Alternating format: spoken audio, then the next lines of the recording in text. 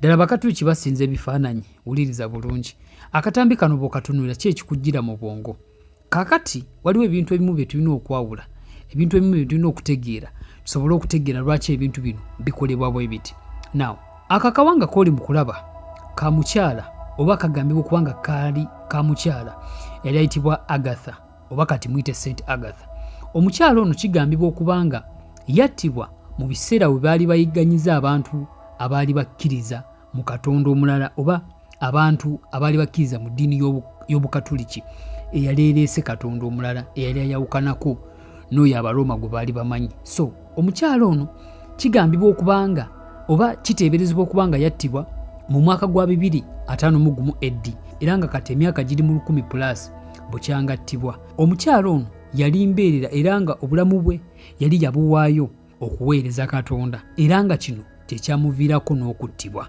kaakati olw'ekikolwa kino omukyala ono kye yakola eky'okwewaayo n'akkiriza n'okufa n'afa y'ensonga lwaki bamujjukira era ne bamutwala ng'omutuukirivu kiki kye tulina okutegeera wano eddiini y'obukatuliki y'eddiini nga tesuula bantu abateekako ettaffaali okulaba ng'etuuka weeri ng'ojja ssanga balina abantu ab'enjawulo be bajjukira oba be bassaamu ekitiibwa olw'ebyo ebintu eby'enjawulo bye baakolera eddiini eno kati lwaki ekintu kino engeri gye bakikolamu mu maaso g'abantu abalala kirabikanga idol worshipping oba kirabikanga okusinza abantu abaafa ate ng'okusinziira ku byawandiikibwa biraga nti tulina okusinza katonda era tulina okussa ekitiibwa mu katonda yekka naw kikino kyolina okutegeera kino kyekintu ekisumbuwa abantu bangi abantu balowooza nti eddiini ye katonda oba abantu tebasobola kwawula ddiini katonda nja okutegeeza nti si nti buli kimu ekirambikiddwa mu ddiini kyekyo katonda kyakkiriza oba nti kyabwa katonda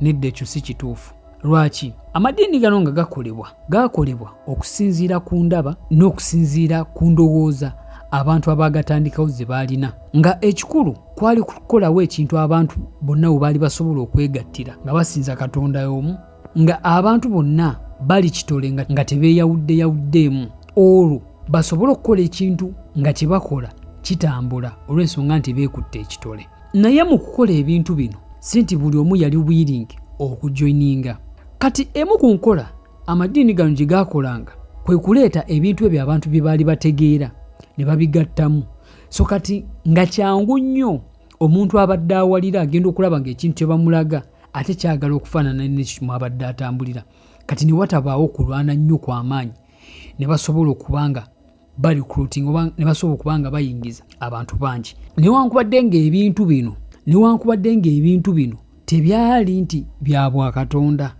bw'otunuulira amadiini gonna galina amateeka kwe gatambulira tokkizibwa kukola kino tokkizibwa kukola kino tokkizibwa kukola kino naye bwe tutondebwa oba bwe tujja ku nsi kuno ekyamazima buli muntu ajja n'ekigendererwa ku nsi ekimuleese kati gwe bw'ovaayo n'oteekawo amateeka nga ffenna gatutwalira wamu ng'etteeka erikufugala erinfugala erifuga n'oli kiba kitegeeza ekigendererwa n'omugaso ogwandeesa ku nsi sigenda kubituukiriza lwaki kubanga etteeka linfuga sisobola kugaziwa okusukka ku boundaries ez'etteeka eryo kati bino ebintu byebimu ku byaleetera okutta Yesu yajjanga munankyukakyuka ng'agezaako okuwakanya amateeka gano agaali gakugira abantu okugaziwa okusukka ku boundaries ez'amateeka gano kati bwe yavaayo nga yeeyita omwana wa Katonda abantu ne balaba nga tekisoboka tosobola kweyita mwana wa Katonda ng'ate wazaalibwa mukazi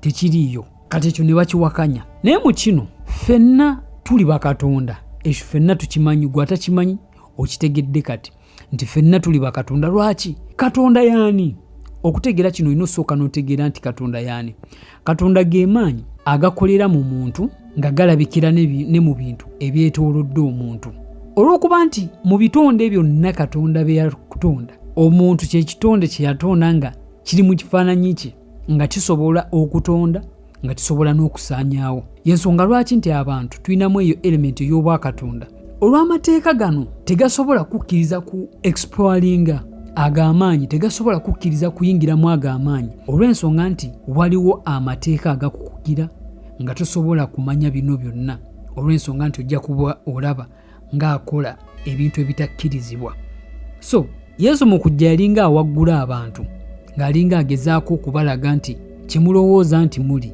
musukkako ku ekyo. Kati bo abatandise saako n'abo abamanyi eby'omunda bo bakimanyi bulungi nti amateeka agamu gaakolebwa okusigaza omuntu nga bamukuumidde mu kabokisi nga tasobola kusukka boundaries, basobole okusigala nga bamukuumye oba basobole okumusigaza ng'akola ekyo kye baagala oba ng'agoberera ekyo kye babagambye.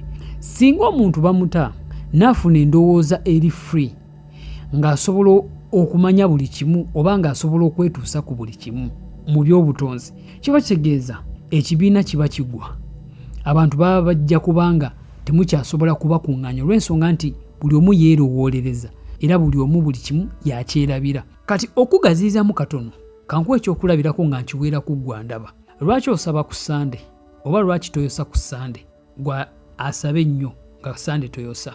Ekimu ku nsonga enkulu lwaki osaba ku Sande kwe kuba nti bakugamba omuntu atasaba ku Sande singa afa straight aba agenda mu muliro, baba bagenda kumwokya. Lwaki okola omutima omulungi oba lwaki okola ekisa?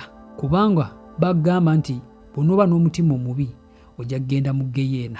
Baakuterawo eyo entiisa osobola okutambuliramu eyo entiisa basigale nga bakulina mu ngalo bwe bati. Naye mu Bwakatonda omuntu omuzuukufu ebintu ebyo tabikola olw'okuba nti ate okwokyebwa omuliro oba nti ate okubonerezebwa. Ebintu ebyo abikola kubanga byateekeddwa okukola kubanga ekyo kyali. Omuntu ali in alignment ne Katonda oba ali mu nnambiko yemu ne Katonda takola bulungi kubanga ate okubonerezebwa, akola obulungi kubanga kyekyo kyali. Okitegedde? Naye baali balina okukuteekamu eyo entiisa osobole okubanga ogondera amateeka gano, osobole okubanga tosobola kuwakanya kubanga omuntu yenna atidde ky'omugamba kyakola. Lwaki? Nti aba takyasobola kwesalirawo ye nga ye, endowooza ye eba ewambiddwa n'ekyo ekimutiisa. Nga nagambye bye byaleetera Yesu okumutta olw'ensonga nti yali asumulula endowooza z'abantu okutandika okwerabanga bakatonda, okutandika okufuna answers z'ebyo ebibuuzo bye baali beebuuza mu myoyo gyabwe ne mu mitima gyabwe ng'agezaako okubaggula mu ngeri bw'etyo. Era y'ensonga lwaki ebintu bye yakola yabikola ye saako ne Katonda oyo eyamulimu gwe yakkiririzangamu. So ng'agezaako okusetinga example oba ng'agezaako okusetinga ekyokulabirako omuntu bwe yandisaanidde okuba nga yeeyisa. So bw'olaba ebintu nga bino tolina kwewuunya olw'ensonga nti bino byakolebwa bwe bityo okusobola okukuuma omuntu ng'afugika kubanga tosobola kufuga muntu eyeetongodde. Olwedde oli ali independent, omufuga otya ng'ali independent? So ebintu nga bwe biti tolina kubyewuunya ng'obirabe. Nga mmaliza kangezeeko okusamalizinga, Katonda talina tteeka limufuga naawe omuntu tolina tteeka likufuga. Nti nga bw'olaba nti amadiini ojja sanga eddiini emu bagamba tokkirizibwa kulya kino, n'osanga eddiini endala bagamba tokkirizibwa kuwasa muntu ali bw'ati. Ebyo byonna ago gaateekebwawo mateeka g'amadiini. Kati Katonda ekikulu kyali kiri eki, Katonda mutukuvu era mutuukirivu. Omuntu alina ebyo ebintu ebibiri kitegeeza abeera ne Katonda mu ye, omuntu oyo abeera Katonda. Kitegeeza tewali tteeka lijja kukugira kubanga bw'obeera omutukuvu ng'oli mutuukirivu, kitegeeza tojja kubeeramu ne negative energy mu ggwe.